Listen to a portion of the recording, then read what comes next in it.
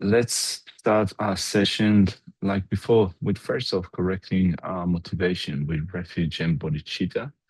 And what I thought of doing today, apart from continuing with the topic, is to also maybe do here and there 2 or 3, 4 minutes meditations on, for example, trying to contrive in our mind the sense of self that arises in our mind that is always present, but is particularly strongly present when the afflictions arise on the basis of ignorance. So checking out how the self appeared to the mind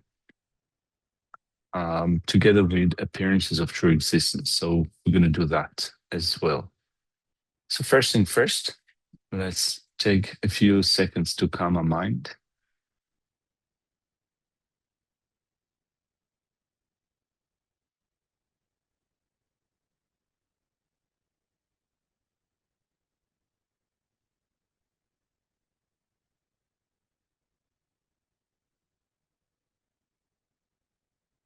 Making sure that our body feels comfortable,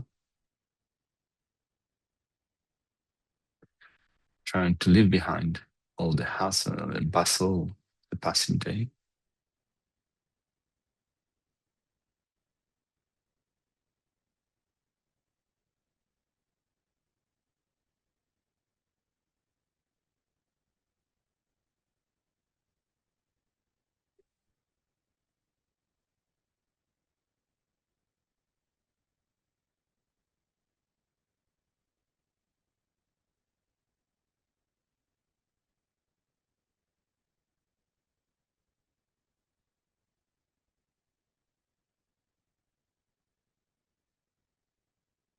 And we first off going to turn our attention to the breathing cycle, count a round of 21 breaths. And each breath is an anchor for mind, for consciousness that settles down.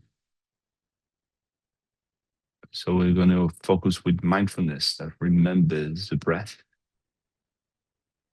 and monitor our mind with vigilance, introspection every 1, 2, or 3 breaths. And try to do it not neurotically, obsessively, but gently, trying to find the balance between a mind that is too tight and too relaxed.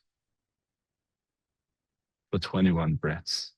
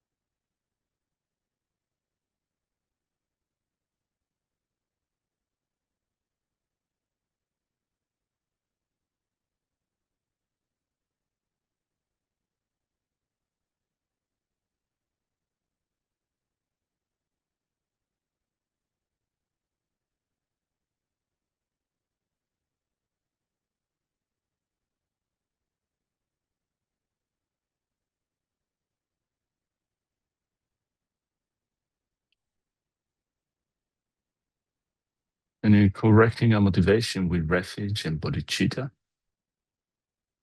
we're going to visualize the Buddha in the space in front of us, surrounded by Arya Bodhisattvas and our spiritual teachers.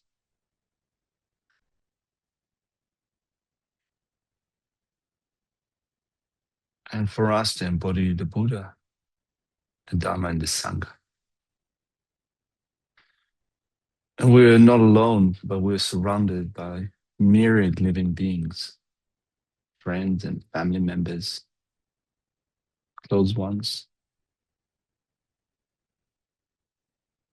and likewise countless strangers.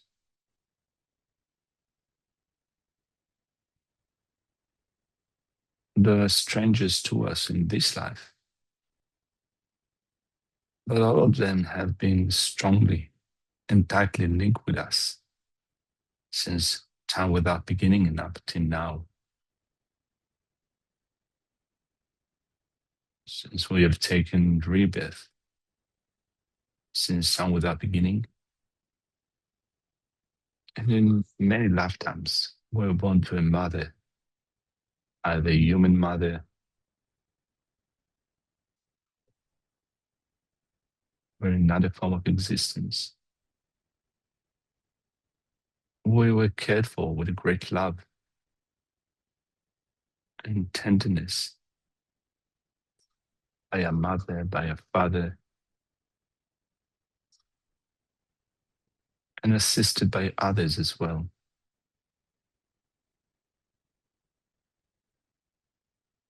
Even by those that we now call enemies who are also around us.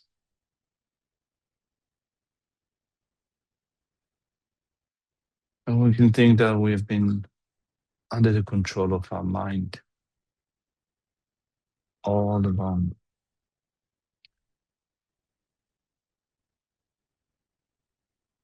And our mind has been under the control of ignorance.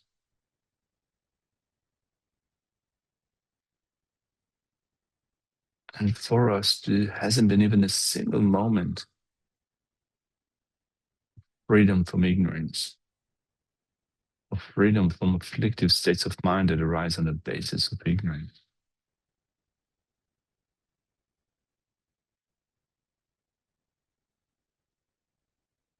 And on account of ignorance, we've been acting like crazy people, all of us, though wanting to be happy.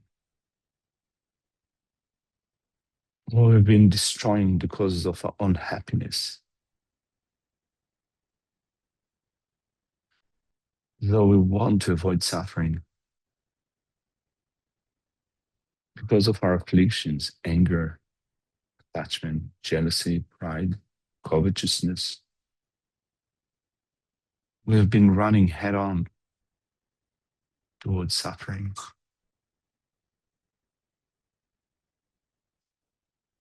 So we're completely mad because of ignorance.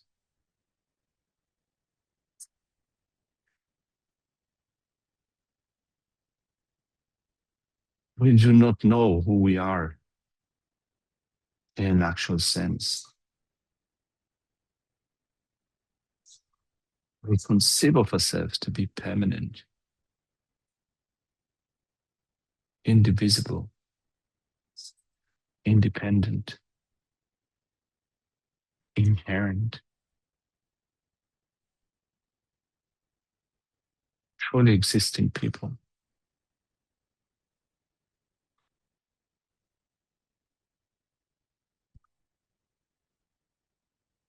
And so the remedy to ignorance is the wisdom of emptiness.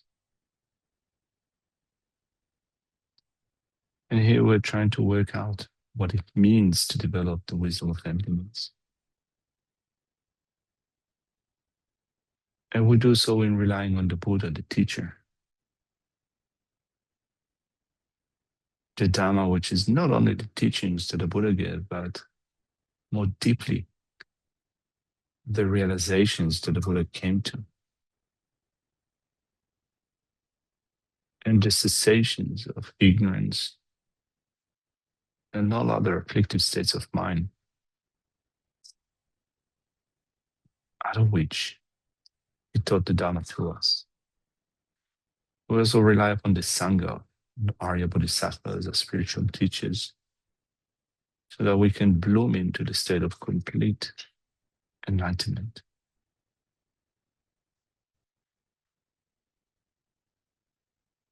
So when we think of the Buddha, the Dharma, and Sangha, in front of us, we develop a sense of reliance upon them. And thinking, I go for refuge until I'm enlightened to the Buddha, the Dhamma, and the Supreme Assembly by the merits I create through listening to the Dhamma. I become a Buddha to benefit all sentient beings. I go for refuge until I'm enlightened to the Buddha, the Dhamma, and the Supreme Assembly. For the merits I create through listening to the Dhamma, and I become a Buddha to benefit all sentient beings. I go for refuge until I'm enlightened to the Buddha, the Dhamma, and the Supreme Assembly. By the merits I create through listening to the Dhamma, and I become a Buddha to benefit all sentient beings.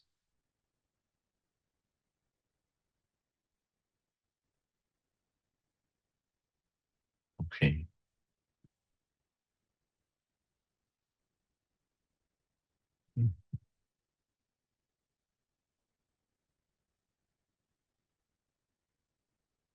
Okay.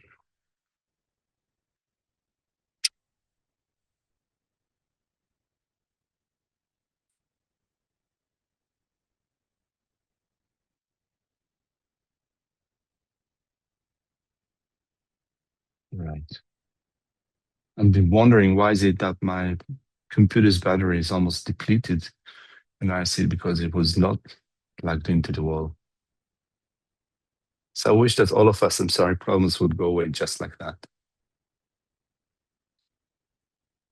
Anyway, so in a previous session, we spoke of the fourfold reasoning for coming to ascertain, for realizing emptiness. And the first out of those four points was recognizing, identifying what is it the thing that we want to negate. The thing that we want to negate, in short, is inherent existence.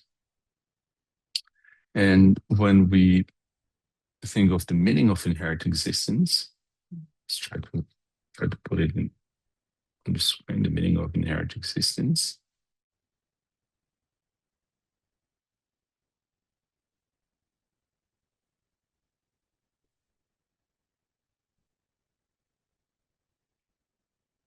It is, if something exists inherently, it exists by its own nature. It exists from its own side, which means that it exists from the side of its basis of designation. And we spoke about it in a previous session. We said that, for example, in relation to ourselves, our body, for example, is a basis of designation. When we were born as young babies, we were given a name. Right? So our body is a basis for designating a name. Likewise, also we can say that our mind, or our status in our family, our status in our workplace, all of them are bases of designation upon which we receive a title, a name, a label, and so forth. So if something exists inherently, it also exists from the side of its basis of designation. It exists truly in that it exists in a way it appears. It exists by way of its own characteristics. And more specifically, if something exists inherently, it needs to be found where it is sought for within its basis of designation, in the sense that if something exists inherently, it means that it exists independently, in and of itself. It has its own essence, and that's the way it exists, by its own power, without having to depend upon a subjective mind that calls the thing by its very name. Like something, for example, would be, a piece of chocolate would always be delicious by its own power, inherently, not by a mind that experiences chocolate. Even if there's no mind that experiences chocolate, it will still be delicious because it exists as delicious by its own nature. So in that sense, it exists objectively. And if we then look for that very thing that exists objectively in and of itself, independently, we need to be able to find it. That is the meaning of inherent existence, as Tsongkhapa explained it. It is an ontological status of existing objectively in terms of its own essence without being posited through the force of a subjective mind. Something would be good or bad, delicious, not delicious, um, incredible or completely repulsive. It will exist as this or that, not through the power of a subjective mind that sees a particular thing to exist in a certain way, but it would be like that in and of itself, objectively, in the object. It would have its own nature that makes it what it is in and of itself, not just by depending on cause and conditions, by parts, by labeling, and so forth.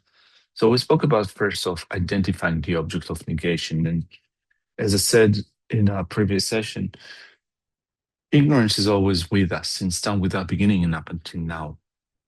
It's not that it will always be with us. At some point, we will develop wisdom that will eliminate our ignorance. But so long as we do not develop wisdom, ignorance will still be together with us.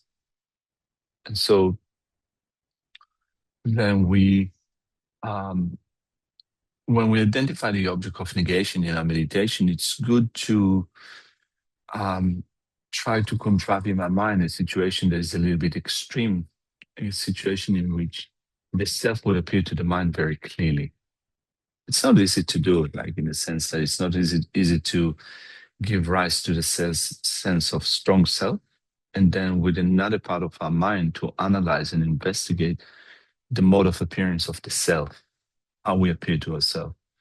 But one I spoke of in a previous session, I spoke of using the pleasant situations, like for example, the birth of your first child, or could be also second or third child or grandchild, winning the lottery, um, discovering that the person that you dislike in your political system have just lost the elections, and things that maybe are going to get better for you, so things that make you happy, or things that make you unhappy, like falling into a raging river carried away by the force of a powerful stream. Um, or another useful exercise, and this is what I wanted to do now, is to imagine being accused of something that you haven't done. And so let's try to do that for 1 or 2 or 3 minutes. Now, just want to put up some trigger alert. If it triggers some things with you, just kind of forget about it. Put that meditation aside. You don't want to end up being traumatized by a simple meditation exercise. So I apologize if it feels uncomfortable. As I said, you don't have to do it. You can think of other situations that triggers that strong sense of self in you. But one useful thing to do is, for example, to visualize how it would feel to be accused of theft. Like, for example, you're walking into an expensive shop, and then you're just browsing around. And when you come out of the shop, all of a sudden there's alarms, bells. Um, a theft has been detected, and everyone is looking at you. And even the guard at the door is walking towards you, and they're accusing you of taking something and not paying for it. So in our mind, we think that, but I've done nothing. I've taken nothing. I just was browsing around. But still, there's this strong sense of self that appears to the mind while being accused or being suspected of taking something that was not given to us. So let's try to sit with that for 1 or 2 minutes, give rise to that strong sense of self. First off, we're going to take a few seconds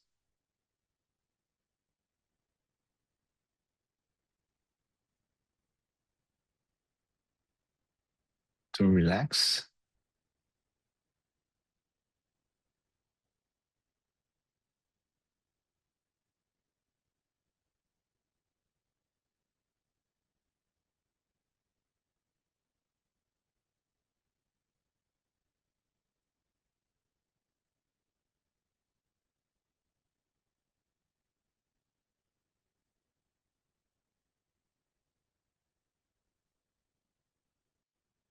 And then imagining that we walk into a top brand shop, maybe a Louis Vuitton shop, Armani, or what have you.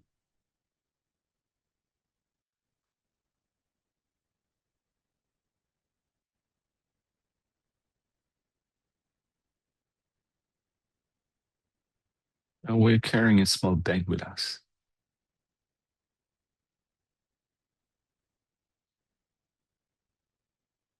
And after browsing, just having a look around as we make our way outside of the shop,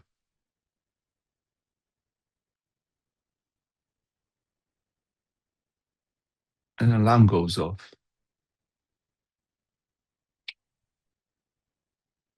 Theft has been detected, and everyone is looking at us, including the security guard.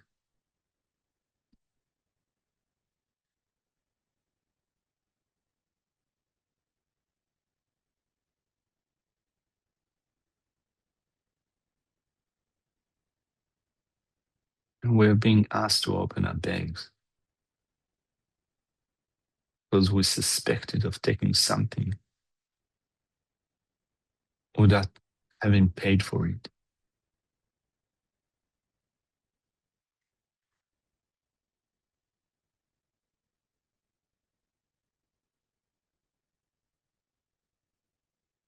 And because everyone is looking at us, we feel embarrassed.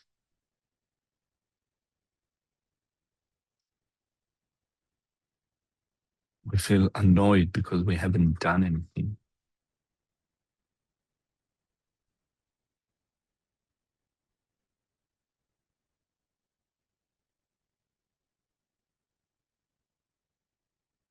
And we think to ourselves, why me?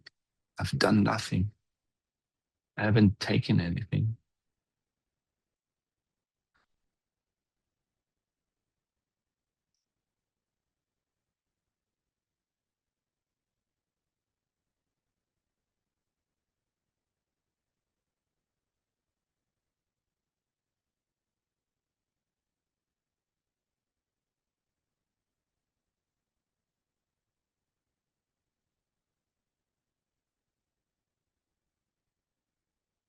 And so try to hold on to that sense of self in which you think that, why me? I've done nothing wrong. And with another part of your mind, look at that sense of self that arises in your mind.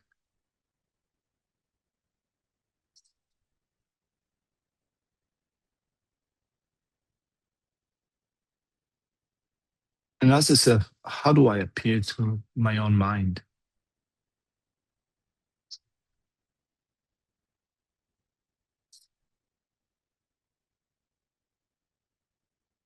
That sense of self is often identified with a part of your body. Maybe it's in your head or your chest where the heart is. Or if you're terrified, if you're scared, somewhere around the abdomen.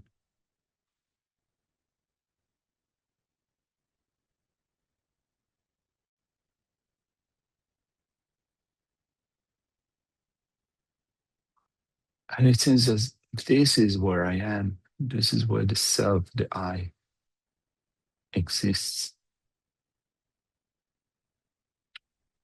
as a lump of something, a concrete sense of self.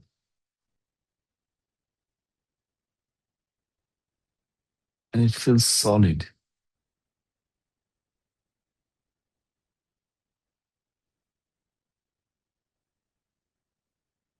as if we're going to look for it, we will be able to find a self that we can point at, that exists objectively.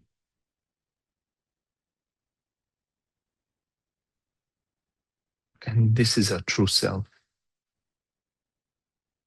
This is how it feels.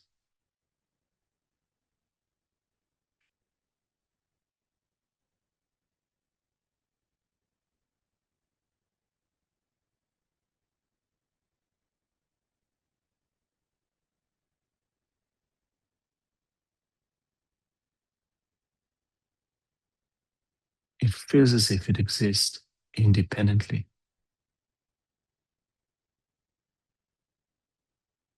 without depending upon cause and conditions, parts,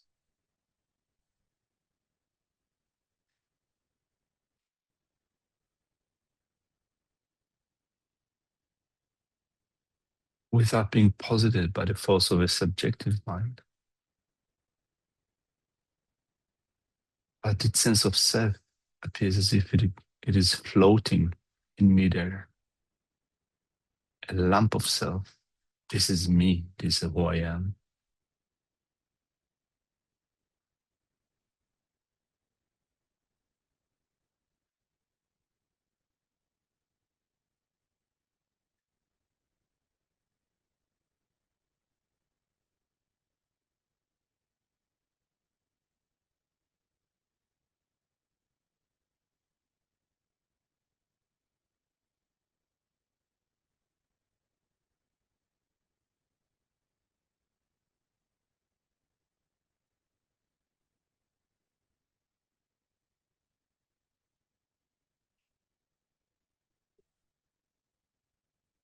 All right, so if we open our eyes and continue. So I'm wondering, first off, I think that if that's the first time that you've done an exercise like that, it might be a little bit vague, unclear. But I wanted to ask you if when you visualize something like that, do you sense a sense of solid self that appears in you, either kind of in your chest, in your abdomen, in your head, even if you weren't able to completely identify what the object of negation is, inherent existence, you still have you still did you still feel a sense of self, strong sense of self that appeared in your mind?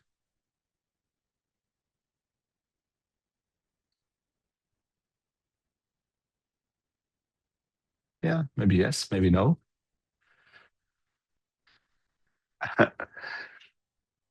Jane, South Australia, just in a I think that in a previous session, Sunday, I've realized that it's South Australia. I fellow Australian. Um, I think that it's difficult to completely identify it when you do it for the first or second time. But I think that we start with, first of all, imagining a situation, as I said, either that is a happy situation or uncomfortable situation. And we, first of all, notice that strong sense of self that appears to us.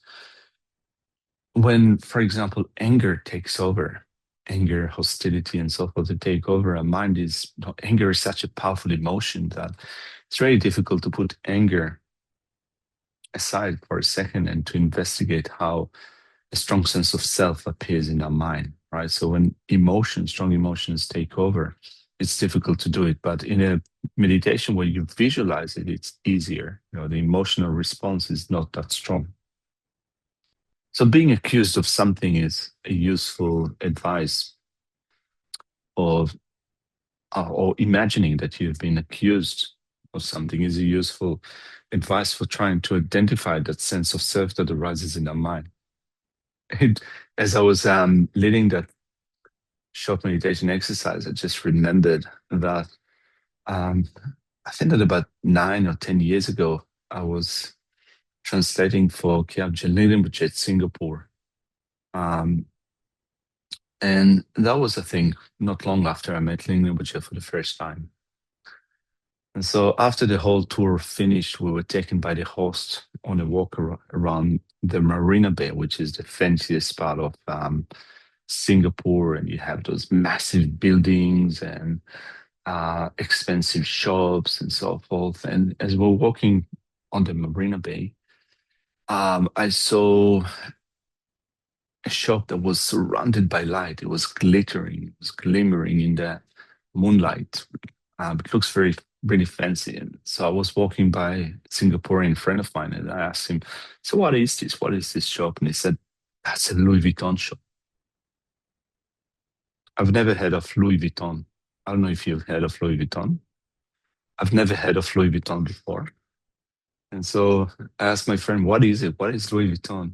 And Nino Bachet, that was just walking ahead of me, kind of turned and said, you don't know who Louis Vuitton is?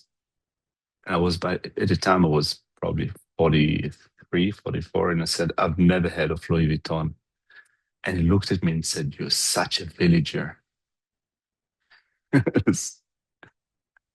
thought to myself, wow, what are the odds? You know, a Lama that lives in India knows about Louis Vuitton, and I had no idea who he was. Anyway, now I know who Louis Vuitton is. So imagine of being accused of theft in such a fancy and expensive shop. So anyway, first step is identifying the object of negation. Then the second step, as we said, is establishing the pervasion, which means that we're trying to look for that inherently existing self where it should be found. If an inherently existing self does exist, it should be found where it's supposed to be. So when we think of ourselves, we think that this inherently existing self that should be an independent self should exist either in our aggregates, which means that it's inside our body and mind. In that sense, it is one with the body and mind. This is how we say it is one with the body and mind. It is one essence with the body and mind. Or it should be different to the body and mind. In that sense, when we say different, it means that it should be outside of the body and mind, in that it can exist without the body and mind, as we have a body, we have a mind, and then we have this me, Yaki or Kartsön, or each and every one of you, Ray and Tinti and so forth, as if we can point out at something and say that this is that real person. And they're separate from the body and mind. They exist in and of themselves, independently from the body and mind. So these are the options on the table. They can either be found inside the body and mind or outside of the body and mind. And there's no third option here. As I said, if something exists, it can exist. No, if something exists, it can be either inside this mug or it can be outside this mug. There's no third option. So we define the parameters of our search. And when we look for that independently existing self, we find that we cannot find it here or there, anywhere where it should be found. We can then reach that conclusion that therefore an independent sense of self doesn't exist at all. If it cannot be found where it should be, it means that it doesn't exist at all. So what we're negating here is an inherently existing self.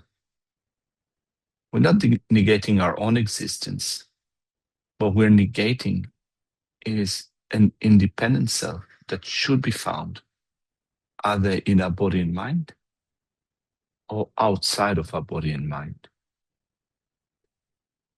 So the second step is defining the parameters where we're going to look for that sense of self. We call it establishing the pervasion. And so if I look at that procedure again, establishing the pervasion, if the thing in question exists inherently, it has to be one with the basis of designation, which means that if we think of ourselves as people, this is me, this is the self, it has to be one with my body and mind, which are the basis of designation. Or it has to be different to its basis of designation, the body and mind, in that I should find it somewhere else. And there is no third option here. It's either one or it's either different. So once I established deprivation, we spoke of the person in the basis of designation, the five aggregates. We said that the five aggregates are form, which mean our body, our feelings or sensation of pleasure and pain, discrimination, which is a mental process, mental function that is discerning, distinguishing things. It is like this, it is this, or it is that. Is it like this, or it is like that? These two are mental factors. We have compositional factors which group together many other mental processes, mental events, mental factors, and then primary consciousness. So ourselves as persons were imputed and depends on any of the four or five aggregates. And then we get to the third and fourth steps within a fourfold rational analysis of refuting the self. So before we get to refutation of being inherently different to the basis of designation, let's just look at this. This is the fourfold reasoning, right? So identifying the object of negation, that's the first step. Establishing deprivations, where we should be finding the object of negation if it does exist. And then we have a refutation of being inherently different and a refutation of being inherently one. Now, I put as number three the refutation of being inherently different because it's easier, I think, to refute being inherently different than refuting being inherently one. So, when we go into the step of refutation of being inherently different,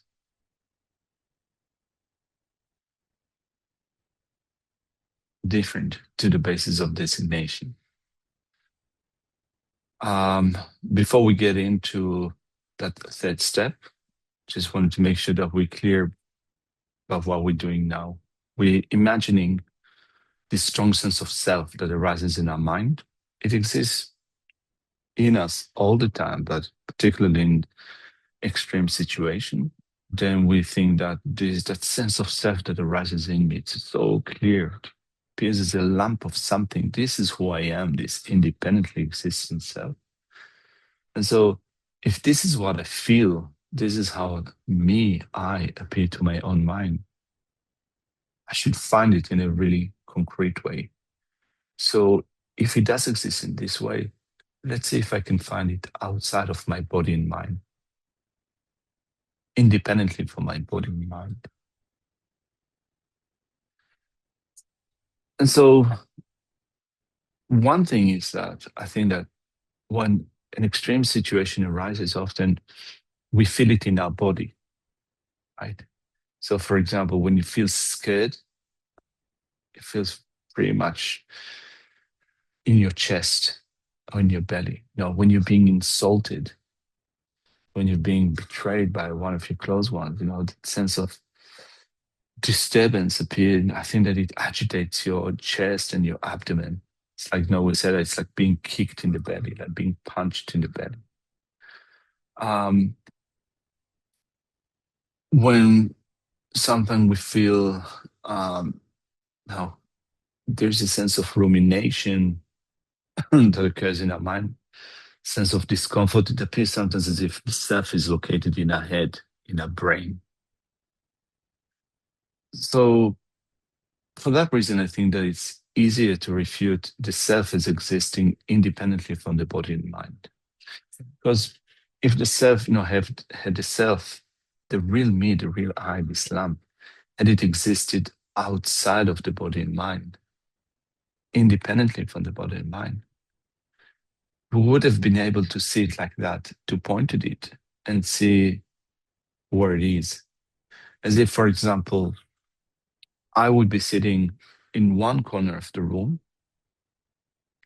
and the body and mind would be at a different location in the room, at the opposite corner. And it would have been like that because it exists independently. It would have existed independently, inherently. independent from the body and mind. So of course that's a ridiculous thing, right? No, so if I ask, where is Matt?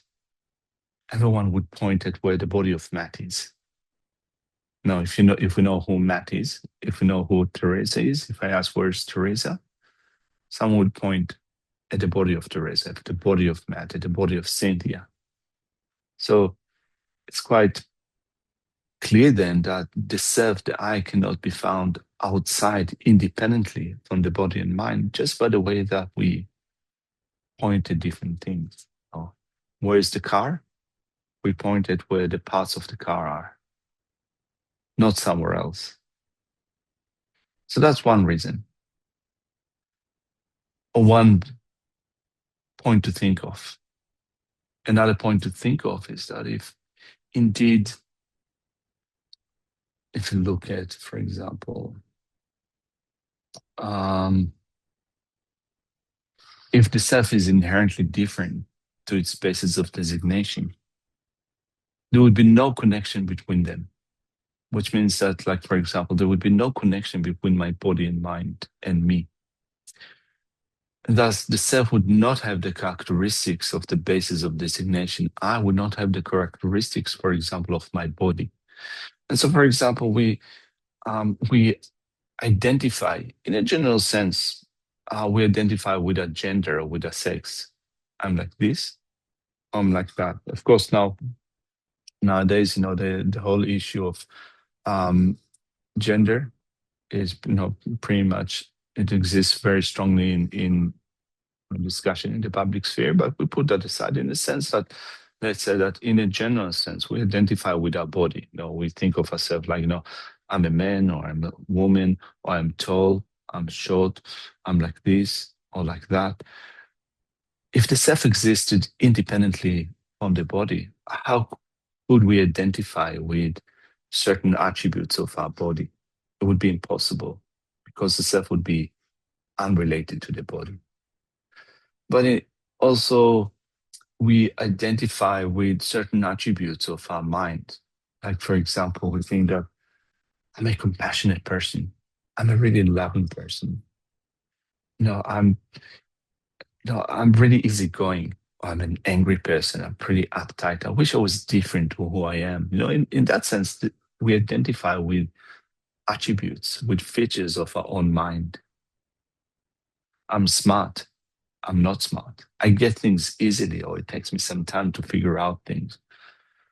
These are all attributes of our own mind.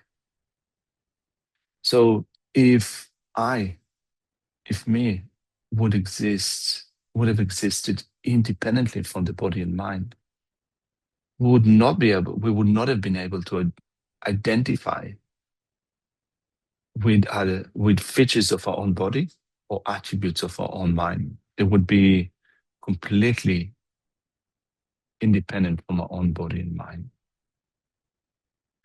And the Debbie's says, Debbie's saying, I'm a musician and my sense of self appears in the minds of all the audience during the concert, an artist in my art, an author in my words, all parts of my sense of self, which is actually also, I think, a good example, because when you're an artist and you have a sense of self as an artist, you appear as an artist. It depends upon certain things. Like, for example, it depends upon the ability to play music or to draw paintings and so forth. You couldn't exist as an artist without depending on your instrument, on your art, and so forth. And so when the audience looks at you, not only when you look at yourself, but when the audience looks at you, they look at, for example, first of all, they look at you, they look at where the body is. Like, for example, if you play music, they look at the artist where the music is being played. When you're holding a violin, when you're playing the piano, when you're holding your instrument, this is where the artist is, where the body is. And also when the instrument is. It doesn't exist somewhere else. If you're an author, then how will it work? Are you being identified or recognized depending upon the words that you write, depends upon the book, physical book, um, the things, the creations that you have created. I guess so. I guess that it illustrates that you can be an artist depending upon something else, not exist as an artist in and of yourself. Um, in a similar way, actually, we'll get into that later. Um, maybe now. Okay. Like, for example, if you're a parent, if you're a mother or a father, again, you've been asked, when someone asks, where is mom? You can say, mom is where the body of mom is. Similar with the dead. No. So your mom or dad, in having two bases of designation. First of all, is your own body. Where is dad? Where is mom? This is where the body is.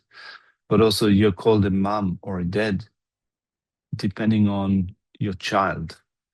Right? Someone that doesn't have children will not be given the name a father or a mother. Like it would be ridiculous, for example, to call me a mother or a father if I don't have children. So a basis of designation could be our body and mind. Could be also something else. Like, for example, my child, depending upon my child, I'm called a father. Depending upon my own father and mother, I'm called a child. Anyway, let's put aside this point. It might be a little bit confusing. The point is that when we look at ourselves or when we look at others, if the self is inherently different to its basis of designation, there would be no connection between them. Thus, the self would not have the characteristics of the basis of designation. So depth, for example, you could say that when you play music, the person playing the music would not have the characteristics of the body that is holding an instrument or the body that is singing, because they'd be completely independent from the body, from the instrument. And as such, if they're independent from the body also, they would not be subject to birth and death. Now, in the cycle of existence, what is born is our body. What dies is also the body. The mind doesn't die. But because the body is being born and the body dies, we can say that I was born and I died. So if I would exist independently from the body and mind, unrelated to my body, I would I would never die, and also I would be never born. Do you find it confusing a little bit? All right. Ray is nodding her head. So I think that what we're trying to come up with is, and we're now positing absurd consequences for an inherently independently existing mind. So Dev is saying that Mozart still lives in our mind. Yeah, Mozart still exists in our mind, but can Mozart appear to our mind without something else appearing to our mind? In that sense, when I think of Mozart, although I've never met the actual Mozart, when I think of Mozart, there is a vague sense of body that appears to my mind. There was, I think that 20 or 30 years ago, there was a movie that won an Oscar, Amadeus. I think that maybe the sense of, maybe when I think of Mozart, I think of the person that played the role of Amadeus Mozart in that movie. Like, for example, it doesn't mean that I necessarily have seen the person before. Like, for example, if I tell you guys, think of my mother, I mean, you've never seen my mother, you've never seen photos of my own mother, you've never seen images of my mother. But can you think of my mother without anything else appearing to the mind? Like, for example, if I say, this is my mother, do you have like a vague contour of a woman appearing to your mind? Something that plays kind of a female role. Um, and so Mozart still lives in our mind, but also still lives in our mind also because of the music of Mozart, not just the body, but also the music. Which means that even though we can say that the body does exist here, now, present with us, still when we think of Mozart, in some sense, we would think of Mozart either where the body of Mozart should be, either in our mind, and also it appears kind of with a certain image, or in relation to the music. Can we speak of Mozart independently from the music? Like, for example, had there been no music whatsoever written by Mozart, could we speak of Mozart without the music? So although we cannot point an actual location to the music in our mind, the music in the notes is in the notes and so forth, still the point is that had Mozart existed independently from the body and mind, independently from the music, we should be able to find them, to recognize them as such, to point a finger and say, this is where they are, independently from the music, independently from the body, independently from the mind, and so forth. And so we're coming up with absurd consequences to the notion, to the premise of something existing inherently. We would be able to find Mozart independently from the music, independently from the mind. And so, all right, so Deb says that now she understands. I think that those are things that we kind of need to, there's a penny drop and then the penny undrops at some point. Now it goes back to where it was a few minutes before. So we're going back and forth because no, it is confusing. We're still trying to figure it out. So yeah, let's try to hold on to those moments of penny dropping and also be willing to go back to drop the penny again. And so then another upset consequences. So we said that it would not be subject to birth and death. And also it would be possible to see the self, the location that is different to the location of the aggregates.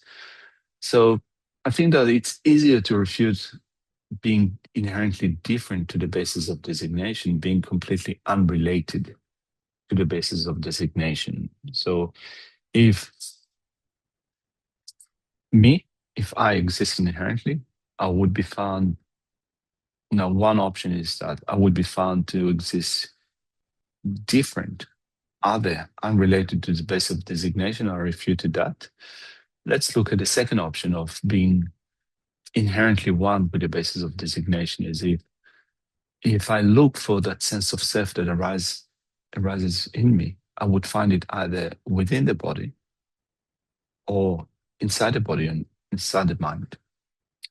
So here are a few absurd consequences that we can posit. Like, for example, in the case of the person, like me, there would be the following absurd consequences. So before we get on to that, just kind of setting our mind again. Hi, Shella's grandchild, so cute. And so when we think of what would be the consequences of having an inherently existent self? An inherently existent self would be independent, would be unrelated to anything, would exist in and of itself. And as such, if it exists completely independently in and of itself, it would not be subject to birth, and death. And also it will not depend upon parts. If it exists independently, it is independent from parts. And therefore, it would not be divisible. It would be like a solid, concrete lump of something. And so if we think of a unitary thing that it exists independently, this is the self. It's a solid unit of something. When we think of, we said that we have the 5 aggregates, right? So we have body, feeling, discrimination, compositional factors, and primary consciousness.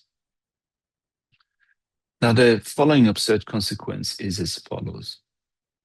If I exist in and of myself independently, I'm also indivisible. I don't have parts.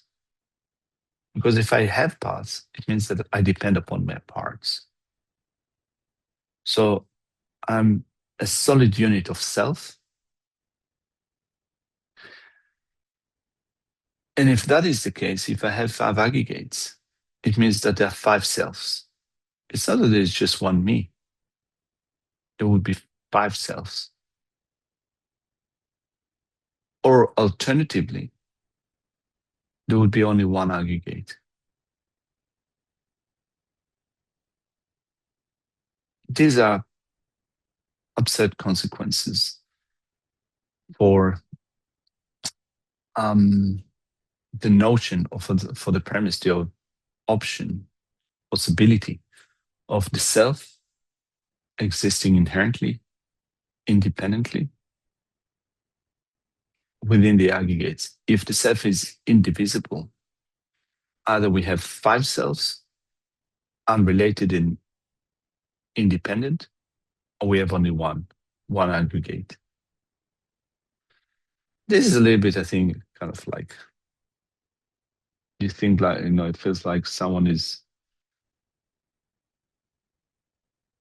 complicated in a way. Let's put it aside for a second. Let's look at something that might be easier to think of. Another absurd consequence. You'd be able to find a person inside the aggregates, but when you look for it, it cannot be found.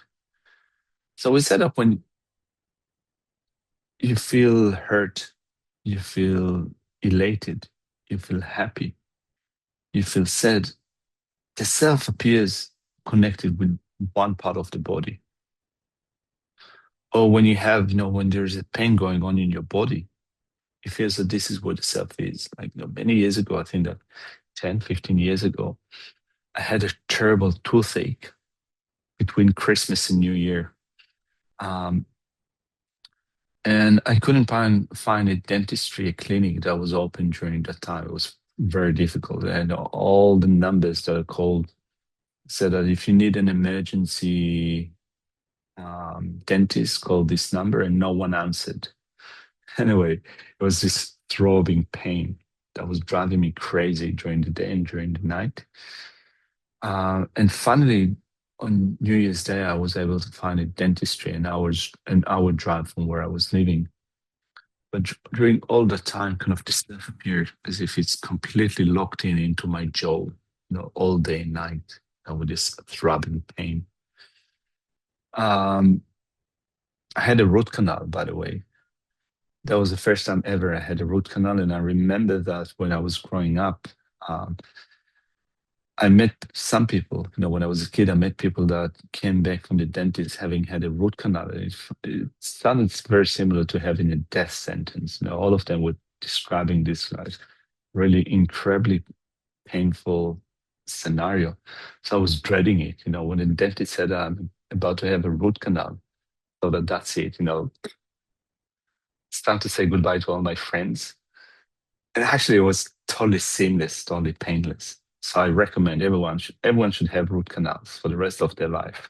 Anyway, so um, so we go back to being able to find a person inside the aggregates. So this is something that I guess many of you have heard of before. Looking for the person within the basis of designation. Shantideva in his Guide to Bodhisattva Way of Life, in chapter number 9, the wisdom chapter, spoke about it quite nicely. And he says that when we look for this person, an independently, inherently existent person inside a body and mind, he says the teeth, the hair, the nails are not the self. We cannot find them within them. We cannot find the self within those parts. The self is not the bones or blood. The mucus is not it, nor is the phlegm. Neither is the lymph or pus. Yeah, actually, it would be pretty sad to find the self inside a pus. The self is not the fat or sweat. The lungs and liver are also not the self, nor are the other inner organs the self. The self is not the excrement or urine. The flesh and skin are not the self. The warmth and winds are also not the self. The orifices are not the self. In all ways, the six primary consciousnesses are also not the self. So, apart from the last line that says, in all ways, the six primary consciousnesses are also not the self, all the previous things that Shantideva spoke of are looking at different parts of the body, in and out, on the surface level, the skin, or underneath the skin, and trying to find the self as existing within the body. So the point is that we're trying to find the body inside the aggregates. We have the 5 aggregates. The form aggregate is the first one. So our skin is not who we are. We might have a beautiful skin, but we are not our skin. So we are not our skin. We are not the inner organs, the heart, the brain, the lungs, the liver, the blood system, and so forth. But also, I think that when we look at the things that we're attached to, we might be attached to a car, a house, chocolate, cakes, or what have you. When we're trying to find that thing that appears to our mind as if it exists in and of itself as delicious, as comfortable, as beautiful, when we try to look for it within the different parts that make the things that make up the things that we're attached to, we cannot find it within them. So, for example, now if we think of chocolate, where is that delicious sensation of chocolate within that thing? Is it in the color, the texture, the atoms, the molecules? And when we taste chocolate, it has a certain aroma, it has a certain flavor. Where is it within the things that make up chocolate? Can we find the chocolate within, in the smell, in the taste, in the atoms, in the molecules? Where is it? So we cannot find it within the basis of designation, the parts, like, for example, the body in relation to the self. And so many schools of thought within Buddhist philosophy say that indeed, all of them say that indeed, to identify the sense of self with the body is ridiculous because the body is born and it grows up as we age and mature. What we eat becomes part of our body, and also other things leave our body through an organic process, that goes from the moment of birth to the moment of death. And after that, when the body dies and it is cremated or it is buried, it goes back to the elements. After some time, there's not even trace of something that was a body. It becomes other things. It becomes stones and fruit and trees and leaves. It goes completely disintegrates. So the body is not the self. So what about the mind? Is the mind the actual self? We said that, like, for example, the mind goes from life to life. So is it the case that actually the real me is my mind? Not only that, we also we have a certain identity that is based on attributes of our mind, characteristics of our minds. Like, for example, I'm really compassionate, I'm smart, I'm really angry, I'm an angry person, I'm really ignorant, and so forth. Those are features of our mind. And sometimes we hold on to a solid identity that is based upon these features of the mind. So if the mind goes from life to life and we identify with certain features of our mind, is it possible that the real me, that the real I, is the mind itself? As if I'm looking for who I am and that independently, objectively exists in person that can be found. Is it the mind itself? Not only that, we say that I, as a person, I create actions in this life. I create karma, I accumulate karma, and I will experience the result of my own karma in future lifetimes. And also, I experience pleasure or pain, or I experience wealth or poverty in this life. And they are related to actions that I created in my previous lives.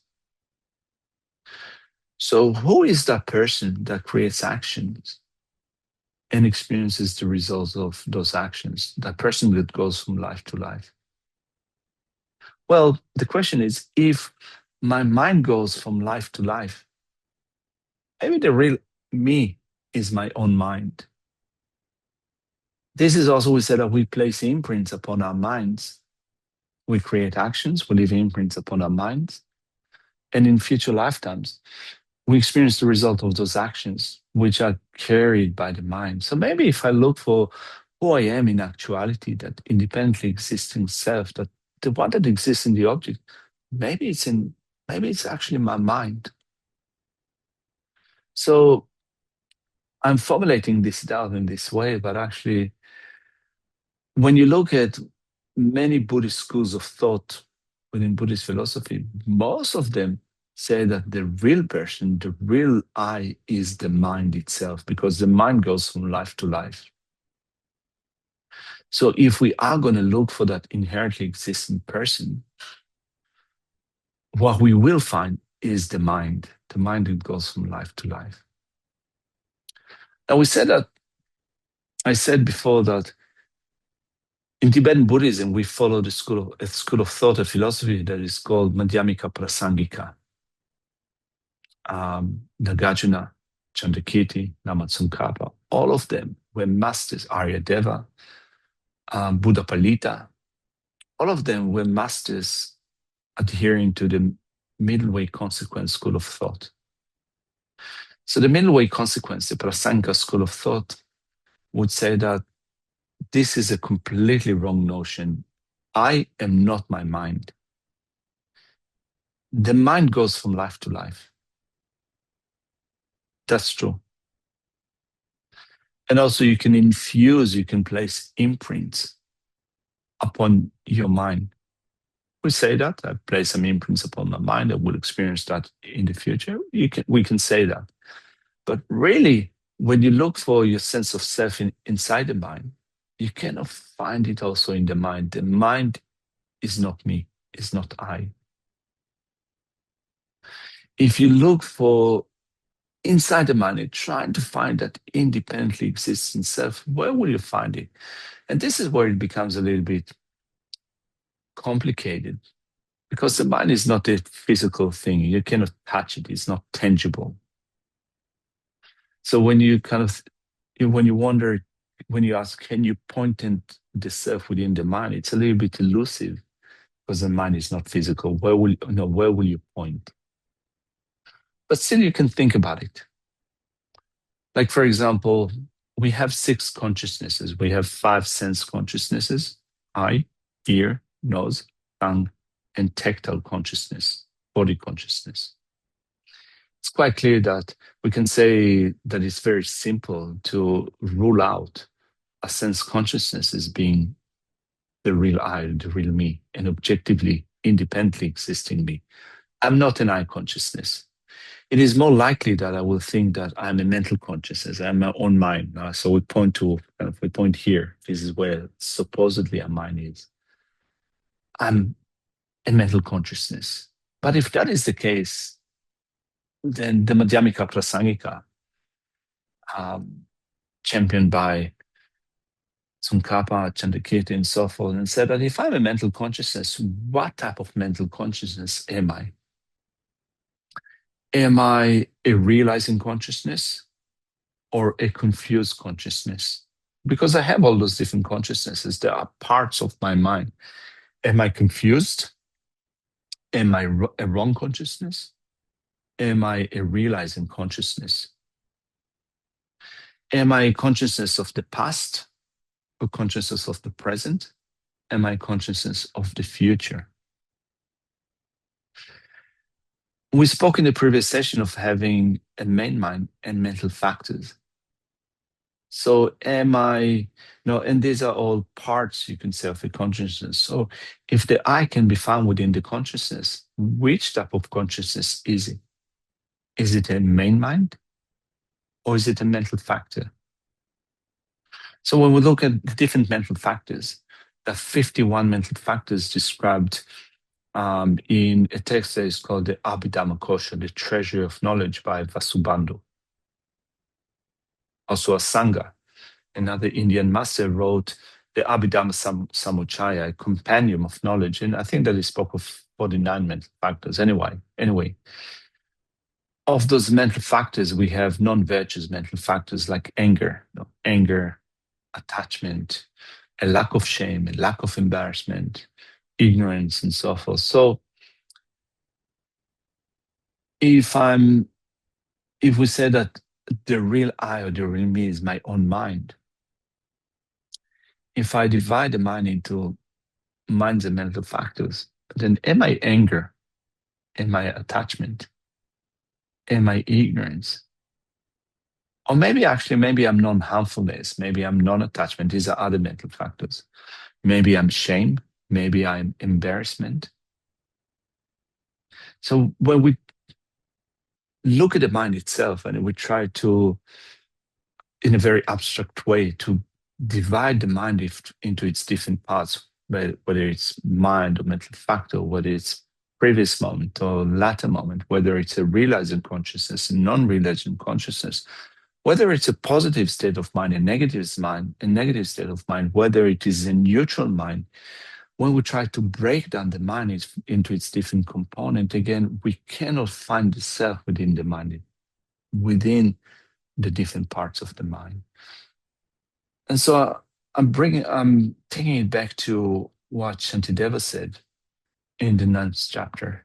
So in verses 57, 58, 59, up until and including the 3rd line, he spoke about looking for the person within the body itself. And in the last line, it says, in all ways, the 6 primary consciousnesses are also not the self. So my eye, my ear, my eye consciousness, ear consciousness, nose, tongue, body consciousnesses are not the real me. They're not an independently, inherently existing me. But also my mental consciousness, the 6th one, is not the self.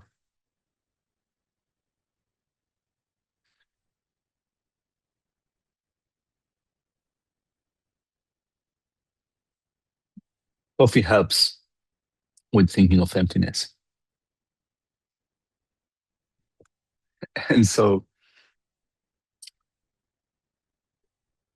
how are we doing so far? Do you find it complicated? Heady? It is. Well, if you find it complicated, I think it's a good sign. Because I think that one thing is that if emptiness would be so easy to realize, everyone, or to understand, everyone would have done it so far. So we're working hard in it. That's a good thing. If you find that your head hurts, it's a good sign because your head should hurt when you think about it. And you're making waves, you're making progress in developing some insight into emptiness. So that's one necessary part of this endeavor to work hard. And so if I go back to the fourfold reasoning. We spoke of identifying the object of negation, identifying the strong sense of self that appears to our mind, and looking at it and seeing that it appears as if it exists objectively, without the force, without being posited through the force of a subjective awareness. It exists in and of itself, independent from causes, independent from parts, independent from a positive mind. And then, so we identify what the object of negation is: inherent existence self in relation to ourselves as persons. Then we establish the perversions. We're going to look for it where it should be found, either outside of the body and mind, being inherently different, unrelated, independent from the body and mind, and we refute the self that is independent from the body and mind. And now we also spoke of refuting being inherently one with the mind, with the body and mind.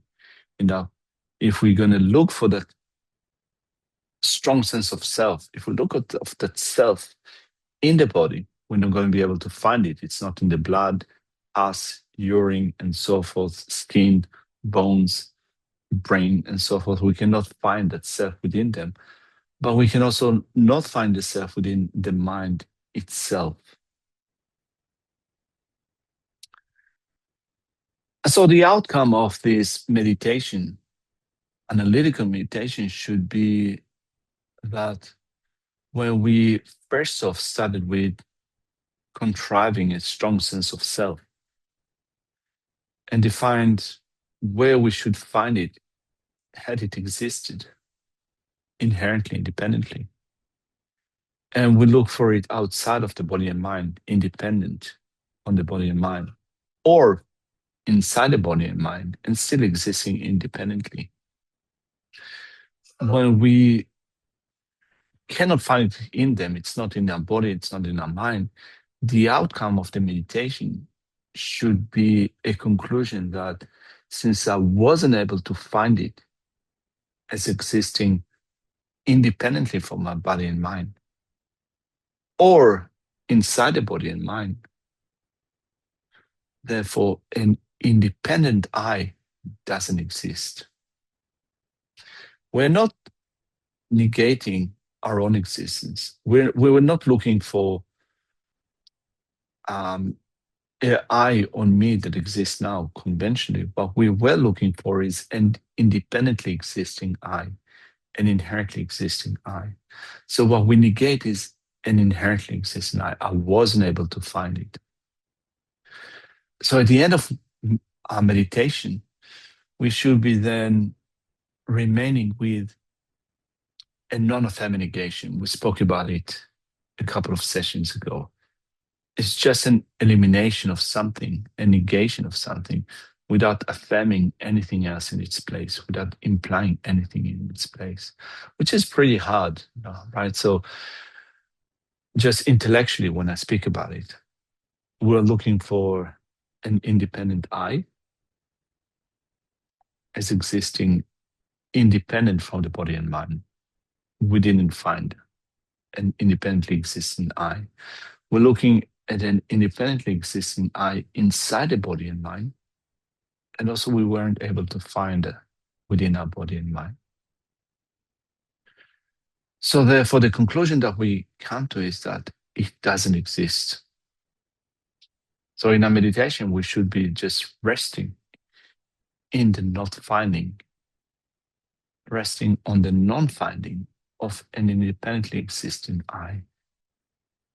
It doesn't exist, without affirming anything else in its place. This is so hard because first off, in general, our mind is still very much used to wandering between different things, trying to hold on to things that we can affirm, that we can see, that we can hold on to. So even if we rest for 1 second on the not finding, it doesn't exist, bang, like a second later, our mind thinks of, oh, this is my body, this is my mind, this is food, this is this is that. So it's really difficult to remain just placed on a not finding.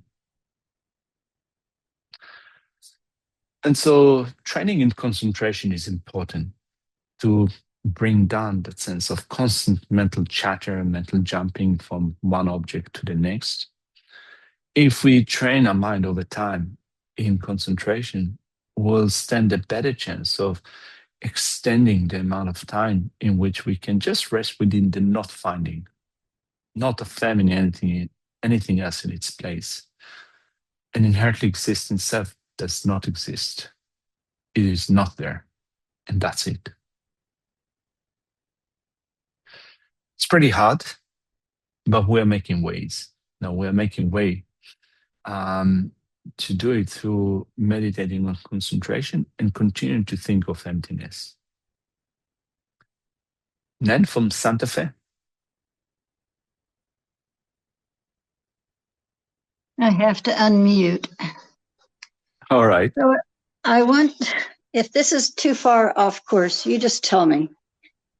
But I want to go back to the very beginning when we did the meditation on being accused of something innocently. And what it brought up to me, and you may not know about this, but in Masterpiece Theater in the last couple of months, they've done a presentation of the old French novel, The Count of Monte Cristo, who is do you know the book? Do you know the? Yeah. Okay, so he was accused of some political crimes and imprisoned for 15 years, lost the love of his life. And there's one point in it where the priest that he goes to talk to about his situation, and it becomes obvious that he decides instead of going for justice, he goes for revenge. And that's the rest of the story. So my question, which this might be, you say, well, we haven't gotten there yet. How would the understanding of emptiness have helped the man who became the Count of Monte Cristo to live through 15 years of having to live with a self that had been accused of something that wasn't accurate, but at the same time, he did exist. And I'll just add one little rabbit hole that I went down. So if I think of so many of the Tibetan monks who were imprisoned by the Chinese and had to live, in extreme situations, how would the understanding of emptiness have assisted or helped them make peace with what was in, quote, their minds? Long question. Right. Okay. Actually, it's a really nice question to finish a session with, because I think that it's so related to how we deal with reacting to whatever happens to us in our lives through the viewpoint of emptiness. So from a Buddhist point of view, all of our afflictive states of mind arise on the basis of ignorance, which is reifying our existence, turning it to be as if we exist in and of ourselves independently. And so if we get carried away by that sense of self and truly believe that there is I or me that exists objectively, independently in and of myself, a strong anger and belligerence and wanting to take revenge and so on and so forth will arise in our mind. And it happens to us every day, right? When I speak of myself, although I speak now of emptiness, of selflessness, and so on and so forth, still, when I look at my reactions to daily situations where I've been challenged, where I've been accused, when something uncomfortable happens, when someone takes away my comfort and so forth, I still react to those situations on the basis of ignorance that adheres to independently existing. I get angry, I get jealous, I get proud, I get deflated, and so forth. These are all emotional reactions that we used to on the basis of adhering to inherent existence. So what would be the other option? The other option would be to um, react to situations from the vantage point of wisdom that understands that things do not exist in and of themselves, but they exist in depends on cause and conditions. For example, it depends upon um, cause and conditions that might be external to me in a sense that in that environment, but also related to, for example, karma that I've created in the past. And as such, whatever happens to me, including me myself, I am what we call dependent arising, and this is what we will speak of in our next session, right? So we also have to speak of dependent arising, dependent origination, because emptiness and dependent origination go hand in hand. So if I exist inherently, independently, I do not arise in dependence on other things. If pleasure and pain, being harmed or being rewarded, exist independently, inherently, they cannot depend upon cause and conditions. The other option is that they do not exist inherently, and therefore they do depend upon cause and conditions. And if they do depend upon cause and conditions, also there is a possibility of change. There is a great potential for change. And so I think that when we internalize that way of thinking and it becomes the viewpoint, the prism through which we look at a situation and other situation, we first of all see that there is a possibility of change, and therefore a reaction to situation might be less extreme, less emotive than usual. That's one thing. And also, I think that maybe we'll have a better ability to take responsibility for our own actions, our own karma. And also that's also involved with being able to extend a greater sense of compassion to oneself, love and compassion to oneself and others. Like, for example, reacting to situation with compassion rather than anger. When we get angry with others on the basis of ignorance, we're getting angry and seeing someone as being inherently bad, inherently harming, inherently damaging. But when we react to a certain situation of harm through the vantage point of dependent origination, not ignorance, we think that, wow, they cannot help themselves. They are controlled by ignorance. They are controlled by anger, by delusion, by attachment, by jealousy and pride. And they're creating more and more causes for future suffering. So I should feel compassion towards them rather than anger. And compassion doesn't have to be compassion that accepts what they do or what they say. It is just compassion that wishes them to be free from suffering and the cause of suffering. And if there's something that I can do in order to prevent them from harming me, preventing others, harming themselves, I should be doing that because they are creating causes for future suffering. And so emptiness is actually the view of emptiness, the wisdom of emptiness is a great support for developing compassion and love and so forth. And so I think that if you look at the reaction of some Tibetan masters, or you can say of also other in other places around the world where compassion is supported by wisdom, I think that the reaction becomes way more informed and way more balanced and way more constructive in terms of dealing with a certain situation. And so I think that this is what we find in some, I think, high-level Buddhist masters, Tibetans or otherwise, that develop wisdom to inform the way that they react to situations which are harmful. Kind of the default mechanism changes to reacting to something with compassion and with skillful means, rather than reacting based on anger and hurt and harm and revenge and so forth. Yeah.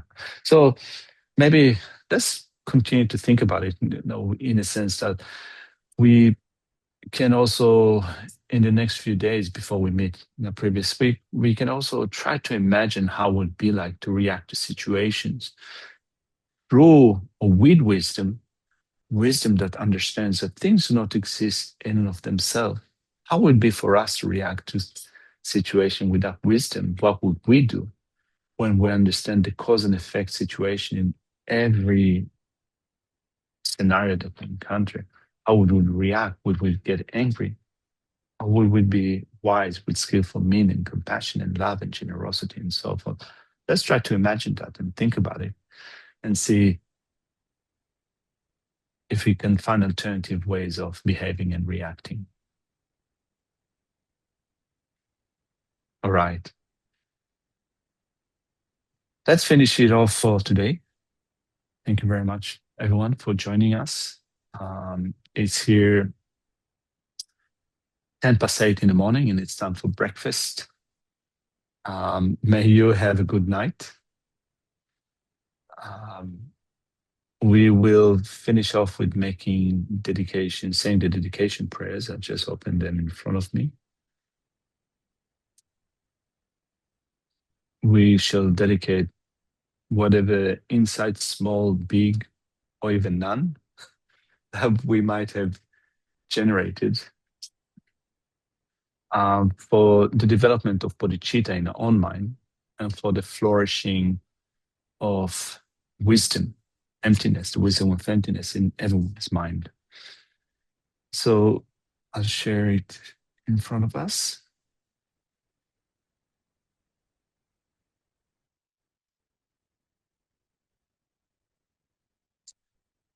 May the supreme jewel bodhicitta that is not arisen arise and grow, and may that which is arisen not diminish, but increase more and more.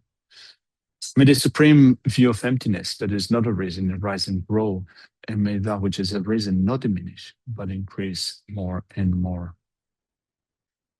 Due to the merits of these virtuous actions, discussing, thinking, studying, meditating on emptiness, may I quickly attain the state of Guru Buddha and lead all living beings without exception into that enlightened state. So thank you very much, people. Thank you very much for joining us. I hope that if you haven't made any sense of emptiness today, at least you know who Louis Vuitton is.